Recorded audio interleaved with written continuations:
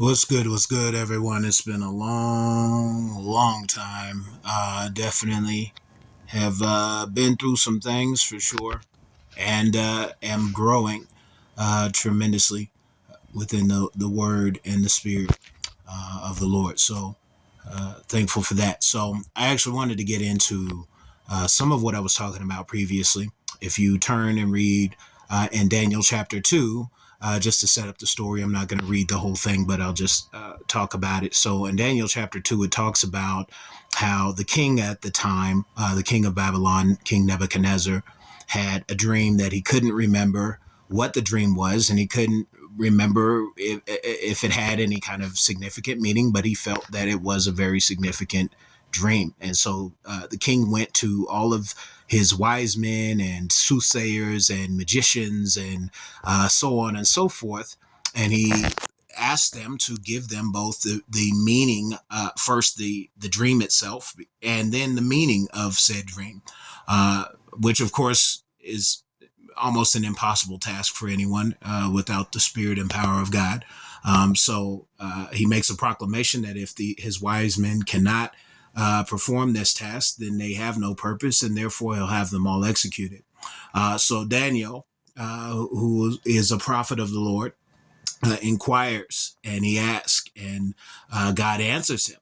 And he gives him both the interpretation of the dream and its meaning, which basically is the dream is of a statue where the head of the statue is of gold, the chest and arms are made of silver, the belly is of brass, and the belly and thighs of brass, and then the legs of iron, and then feet of both iron and clay.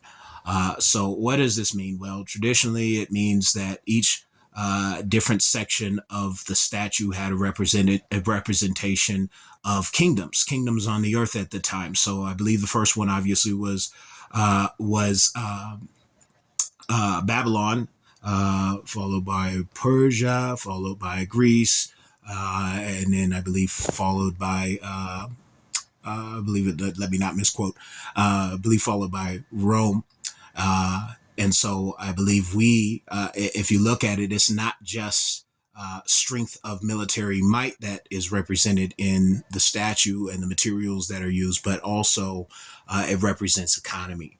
And I think that's something that isn't usually. Most scholars will agree that those different aspects of the statue are representative of different nations for the ancient Near East. But I also believe that there is a foretelling, a future prophetic foretelling in Daniel that may have been missed. But I believe that the feat of iron and clay is very, very important to pay attention to. And the reason being is because it's at the foot of the statue. There's nothing else to go to after that. And also because of what takes place after that. So if you take a look at iron and clay, their nature, they don't mix. They don't mix well at all. And also taking in the context that the different materials of this statue were both synonymous with nations and economic systems. It's very important to remember. Right now, we are at our time of extreme economic unrest and uncertainty. There are powers that I have to be very cautious with my word choice, but there are super economic powers right now that are vying for supremacy and vying for dominance. As we speak, there are new economic systems that are in the works that will soon be emerging and will soon be unveiled. So behind the scenes, what's taking place right now, our lines are being drawn in the sand, and nations are choosing the side on which economic system they are going to champion and that they are going to be a part of. Now, these two structures, these two superpowers, although they will dominate the world's economy, they will not be congruent. They will not work well together. They will not join forces. They will not be united at all. They will clash. Kind of think about it to put it in terms of modern context. Think about it in terms of if you have an Android and your best friend has an iPhone. Well, you know how that works, right? It doesn't really work out too well. Those two technologies aren't very compatible. So something similar is on the verge of coming into fruition. But before that does happen, we're going to start to see you can't have something new while you're still using something old. And so, unfortunately, that means that, some of the old things are going to be done away with. And you're going to see the rise and the emergence of something very, very new. It's not completely new. We've seen bits and pieces of it before, but this is going to be new in the sense that now certain superpower structures, nations, are going to be using certain methods to be able to create a new or new economic systems. Okay. This is going to be something that we've not really seen or experienced before in our time, but I see that this is definitely on the horizon. So all that's to say is that uh, when you see these things that are about to take place with our economy, things that might get a little bit bumpy, they may get a little bit scary. It is only for a short while, but this is a time for people of faith, people of the Most High God, to really, really, really, really depend on Him completely. You might have been hearing other prophecies in different spaces telling you to prepare and stock up and this or that. Well, here's the thing. If you're in a situation or circumstance where you don't have a lot of resources, there's not a lot to prepare with. You don't have anything, you don't. And if you do, you don't have an excess to be able to stockpile.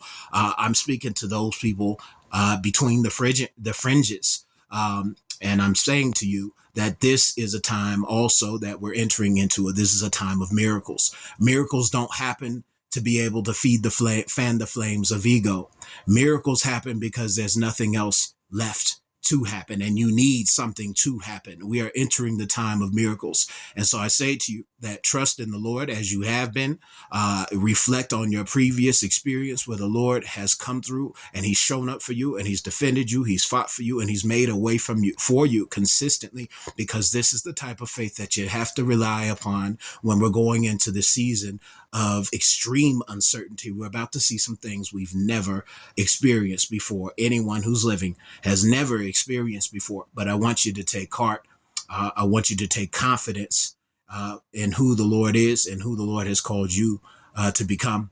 But these are the things that I've been receiving in my study time and in my prayer time. And so I was prompted.